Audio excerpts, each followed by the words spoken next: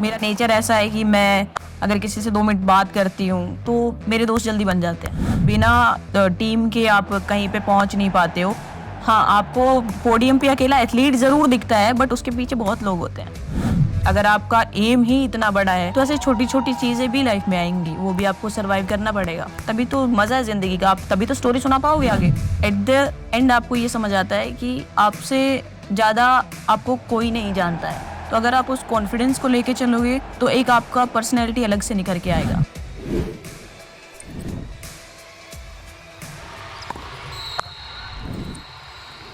Today's guest is a true trailblazer in Indian sports.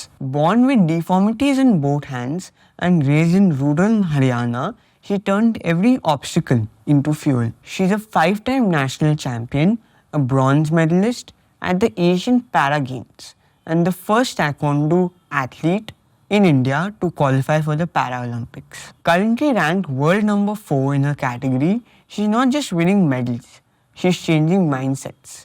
Her journey is a masterclass in resilience, self-belief, and the power of perseverance.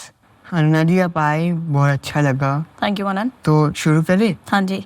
आपकी PM Modi ji के साथ मैंने interview देखा और आप बहुत कॉन्फिडेंट दिख रहे थे और आप नर्वस बिल्कुल नहीं थी। आपको कैसा लगा? ये कॉन्फिडेंस एक बार में ही नहीं आया, इसको बढ़ने में 16 साल लग गए, क्योंकि मैं लास्ट 16+ ईयर से ताइक्वांडो कर रही हूँ। पहले मुझे फियर था कि मैं स्टेज पे कैसे जाऊँगी, लोगों के सामने क्या बोलूँगी, पर जैसे जैसे थोड़ा सा अचीवमेंट बढ़ी, मैच्योरिटी आई, तो कॉन्फिडेंस भी अपने आप ही बिल्डअप हो गया। क्योंकि एट द एंड आपको ये समझ आता है कि आपसे बड़ा या आपसे ज़्यादा आपको कोई नहीं जानता है। तो अगर आप उस कॉन्फिडेंस को लेके चलोगे तो एक आपका पर्सनैलिटी अलग से निखर के आएगा। वही पीएम के सामने मुझे ऐसा लगा कि मेरे दादाजी ही हैं, तो फिर नेचुरल गया। तो आपकी अब तक की सबसे कठिन ताइक्वांडो लड़ाई कौन सी रही है? अगर आप मेरी जर्नी देखोगे तो टोक्यो ओलंपिक्स मेरा डेब्यू था, क्योंकि पैरा ताइक्वांडो 2020 में डेब्यू किया था। बहुत कॉन्फिडेंट हो कि मैं टोक्यो पैरालंपिक्स के लिए गई थी, but with in round of 16 मेरा थोड़ा सा इंजरी हो गया था। मुझे नहीं पता था कि मुझे फ्रैक्चर है, वो स्वेलिंग आ गई। पर ताइक्वांडो एक ऐसा गेम है कि आपको कहीं भी कभी भी चोट लग सकती है, आपको कुछ नहीं पता चलता। तो मेरा पैर पूरा स्वेल हो गया था, बट मैं डॉक्टर को बोल रही थी कि प्लीज़ कुछ जैसे तैसे करके आप इसको करो, मुझे अपना कंटिन्यू मैच करना है। तो जैसे ही मैं क्वार्टर फाइनल के लिए गई, बहुत अच्छा मैच चल रहा है, बट विद इन मैच के अंदर मेरा पैर पूरा सुन्न हो गया था। मुझे पता नहीं चला कि क्या हो रहा है मेरे साथ। वहीं पे मैच स्टॉप हो गया और मुझे हार का सामना करना पड़ा। बट एक वो टाइम मेरे लिए ऐसा था कि मुझे पता चला कि हाँ, मैं मेरे लिए क्या मैटर करती हूँ। वहीं से मेरा टाइम था कि जब आपको कोई सपोर्ट नहीं करता ना, तभी तो मज़ा आता है लोगों को दिखाने में कि मुझे पता है मैं क्या कर सकती हूँ। और मैं उसी चीज़ को, थोड़ा सा टफ लगा मुझे, पर बाद में चीज़ ईजी हो गई। मैंने सुना कि आजकल हर एथलीट के पास 4 से 5 लोगों का कोचेस रहते हैं, आप जैसे physiotherapist, psychologist, nutritionist, fitness coach, technical coach. आपके टीम में कौन कौन है? मेरी पूरी ही टीम है, जो आपने बताया, क्योंकि अकेले कोच के साथ आप ओनली ट्रेनिंग से काम नहीं चलेगा। आपको फिटनेस, न्यूट्रिशन पे भी ध्यान देना पड़ेगा। मेंटल हेल्थ बहुत ज़रूरी है एथलीट्स के लिए, उसके ऊपर भी ध्यान देना पड़ेगा। क्योंकि ओवरऑल आप स्पोर्ट्स जब करते हो, ताइक्वांडो एक ऐसा स्पोर्ट्स है, आप फिजिकली तो फाइट कर रहे होते हो, बट आपको मेंटली भी फाइट करना पड़ता है। तो मेंटल हेल्थ सब कुछ ज़रूरी होता है, और मेरी टीम में ये सब कुछ है। मैं गो स्पोर्ट्स और वेलस्पन मुझे सपोर्ट करता है इन चीज़ों में, और मैं साई लखनऊ में ट्रेनिंग करती हूँ। तो बिना टीम के आप कहीं पे पहुँच नहीं पाते हो। हाँ, आपको पोडियम पे अकेला एथलीट ज़रूर दिखता है, बट उसके पीछे बहुत लोग होते हैं। आप अपने खेल के कौन से नियम बदलना चाहेंगे? मेरे हिसाब से ऐसा कोई नियम बिना स्पोर्ट्स के, अगर स्पोर्ट्स में नियम ही नहीं होंगे तो फिर कैसा स्पोर्ट्स हुआ? मेरे हिसाब से हर किसी स्पोर्ट्स में अगर नियम ही नहीं होंगे, डिसिप्लिन उसी चीज़ को तो बोलते हैं, आप नियमों को फॉलो करते रहें, अनफॉलो ना करो नियम को। तो वही तो चीज़ होती है, अगर आप स्पोर्ट्स में जाओगे बिना डिसिप्लिन के या बिना रूल एंड रेगुलेशंस के, तो मेरे हिसाब से वो स्पोर्ट्स नहीं है। तो आपके ताइक्वांडो में के बारे में कौन सी 2 चीज़ें जो आपको सबसे अच्छी लगती है? ताइक्वांडो जब मैं करती हूँ, जब मैं खुद को कंप्लीट महसूस करती कि हाँ मैं हूँ, और जब मेरा मैच चल रहा होता है मुझे कुछ दिखाई नहीं देता है अपोनेंट के सिवा, ना मुझे कुछ सुनाई देता है, क्योंकि मुझे पता है इन द फील्ड मेरे लिए वो क्या मैटर करती है, उस चीज़ के लिए मैं अपने 17 साल दे रही हूँ। तो taekwondo for me is a part of life. और जब आप स्ट्रेसफुल स्थिति हो या घरी तैयारी हो या प्रेशर को, आप वो इन चीज़ों को कैसे संभालते हो? आप नर्वस होते हो? बिल्कुल होती हूँ। नर्वसनेस होना ज़रूरी है। अगर आप बिना नर्वस के फाइट में उतर जाओगे तो शायद उसे ओवर कॉन्फिडेंट हम बोल सकते हैं कि ओवर कॉन्फिडेंट है। बट हर एलीट एथलीट हो या बिगनर हो, नर्वसनेस बहुत ज़रूरी है, क्योंकि यही नर्वसनेस आपको जिताती है मेरे हिसाब से। जब आप फाइट के लिए जाते हो, हाँ कई लोगों की अलग अलग टेक्निक्स होती हैं। जैसे आप फाइट के लिए जा रहे हो, कोई लोग म्यूज़िक सुनता है, कोई सो जाता है अपना स्ट्रेस रिलीज़ करने के लिए। तो मैं भी जब मेरी फाइट अनाउंस होती है, मैं हेडफोन लगा के अपना म्यूज़िक सुनती रहती हूँ। और मेरा favourite song I am the best SRK का है। तो बस मुझे स्ट्रेस बहुत जल्दी मैं रिलीज़ कर लेती हूँ, मुझे ज़्यादा स्ट्रेस नहीं होता है। और जब आपका इस वर्ष का लक्ष्य क्या है? फर्स्ट लक्ष्य, मैं अपने नी को ठीक करना चाहती हूँ, क्योंकि यही नी मुझे ओलंपिक पोडियम तक पहुँचाएगा। अगर आप जर्नी की बात करें तो पेरिस के बाद मेरा पूरा अभी रिहैब ही चल रहा है। रिहैब के बाद मेरे बहुत सारे गोल्स हैं। अगर अभी मैं बता दूंगी तो फिर आप पोडियम पे किसको देखोगे?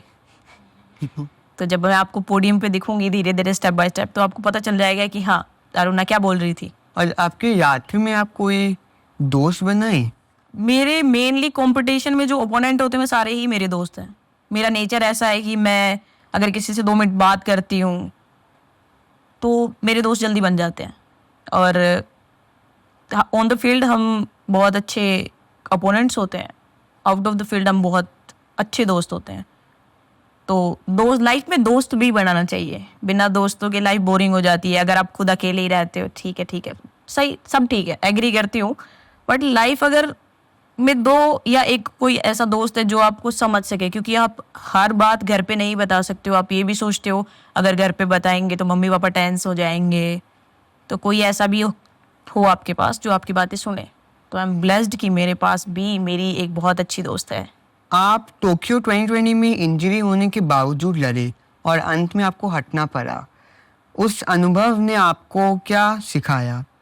पदक से परे जाकर आपने अपनी पहचान के बारे में क्या सीखा? हर कोई एथलीट यही सोचता है कि हम जब भी ओलंपिक एक बहुत बड़ा इवेंट है, जो हर आप किसी भी एथलीट से अगर पूछोगे कि आपका सपना क्या है, तो 90.9% लोग बोलेंगे कि मुझे ओलंपिक मेडलिस्ट बनना है। बट कोई आपको ये नहीं बोलेगा ओलंपिक तो 4 साल बाद आता है ना, उसके पहले 3 साल आप क्या करोगे, वो भी तो मैटर करता है। शॉर्ट टर्म गोल बनाओगे तब लॉन्ग टर्म गोल बनेगा। जैसे ही मैं टोक्यो में गई, कॉन्फिडेंस बहुत हाई था, क्योंकि इंडिया से इकलौती एथलीट थी। तो खाली मैं वहाँ पे परफॉर्म नहीं कर रही थी, पूरा भारत मेरे साथ, भारत का ताइक्वांडो मेरे साथ परफॉर्म करने के लिए गया था। मेरा जो फर्स्ट मैच था वो सर्बिया के साथ था। 21 मेरी एज थी, 53 उसकी अपोनेंट थी। तो ऐसा डर भी था कि बहुत एक्सपीरियंस है, क्या करूँगी क्या नहीं करूँगी। फिर चलो कोई बात नहीं, भगवान पे छोड़ देती हूँ, जो होगा देखा जाएगा, शुरू करते हैं। देन मैंने वो विन किया। सेकंड मैच मेरा गोल्ड मेडलिस्ट के साथ था, जिसका टोक्यो में गोल्ड था। वही मैंने आपको जब बताया कि मेरा पैर इंजर्ड हो गया था, मैं बीच में फाइट कंटिन्यू नहीं कर पाई थी। वो एक टाइम था कुछ सेकंड का कि जब मुझे अपोनेंट भी नहीं दिख रहा था, मुझे मेरी मम्मी ही दिख रही थी अगर मैं आँख भी बंद कर रही थी। इतना मुझे पेन था, आंखों से आंसू और मुंह से मम्मी मम्मी ही निकल रहा था कि जैसे तैसे गेम ख़त्म हो, मुझे मेरी मम्मी से बात करनी है।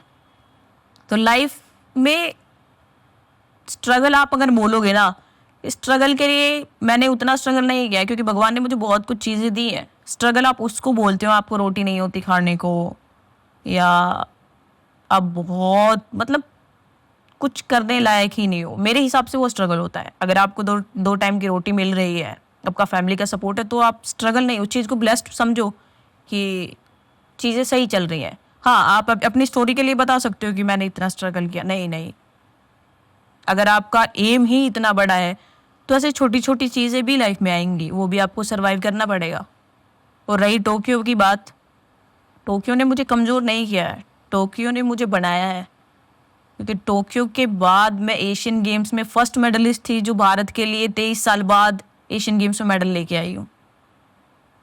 अभी कुछ महीनों बाद एशियन गेम्स है, तो होपफुली बहुत अच्छा जाएगा वहाँ पे भी। और 2024 पेरिस पैरालंपिक में प्रवेश करते समय आपको क्या याद है? Difference between Tokyo and Paris, Tokyo time पे कोविड चल रहा था और आपका कुछ लाइव और कुछ नहीं दिखा रहे थे, जस्ट वो स्टेडियम के अंदर था जो था। बट जब पेरिस के टाइम पे मैं, जब उन्होंने नाम बोला अरुणा रिप्रेजेंटिंग इंडिया, ओह, वो चीज़ तो ऐसी थी कि मेरे कितने सालों का सपना मैं यहाँ पे देख रही हूँ, मतलब गूज़बम्स आ रहे थे। और मैं एक एक को देख रही थी वहाँ पे, इंडियन फ्लैग मेरे पीछे, और मैं जा रही हूँ आराम से मस्त होके, कोई टेंशन ही नहीं है कि फ़ाइट होने वाली है। बस ये मन में आ रहा था कि भाई यही वो टाइम है जिसके लिए मैंने इतने साल ट्रेनिंग करी है। तो बहुत अच्छा लग रहा था पेरिस का। तो जब सब लोग मुझे देख रहे थे, मैंने जब मैं अपने विलेज आ गई थी तो मेरे फैमिली मेम्बर ने मुझे, मेरे भाई ने मुझे वीडियो शेयर किया जहाँ पे मेरी दादी, मेरी पापा, सब, मम्मी, सब बैठे हैं। जैसे ही मैं आ रही हूँ तो वो मेरे से ज़्यादा जोश में शायद वो थे कि आ गई आ गई आ गई, ऐसा करके बहुत अच्छा था। और मैं तो चाहूँगी कि अगले 28 में भी ऐसा हो बिना इंजरी के। और भीड़ का उत्साह आपके लिए बढ़ावा देने वाला था या विचलित करने वाला? सर, मेरे लिए भीड़ मैटर ही नहीं करती है। जब मैं वहाँ पे खुद को रिप्रेजेंट करने के लिए जा रही हूँ, मैं मेरे इंडिया को रिप्रेजेंट करने जा रही हूँ, तो भीड़ आपको, आप उस चीज़ को ऐसे ले सकते हो कि हाँ भीड़ है, मुझे देखेगी, अगर मैं जीत जाऊँगी तो क्या रिएक्शन होगा। तो आप ये चीज़ लेके चलोगे तो लाइफ आसान हो जाती है। कि लाइफ, अगर आप ये चीज़ लेके चलोगे, अरे बहुत भीड़ है, कैसे करूँगी, क्या करूँगी, तो आप आधा मैच तो उधर ही हार जाते हो। तो आप just concentrate on your main चीज़, बाकी सब तो मेरे हिसाब से कुछ नहीं है। वीडियो एनालिसिस देखने के बाद लड़ाई में आपने क्या सुधार किया होता?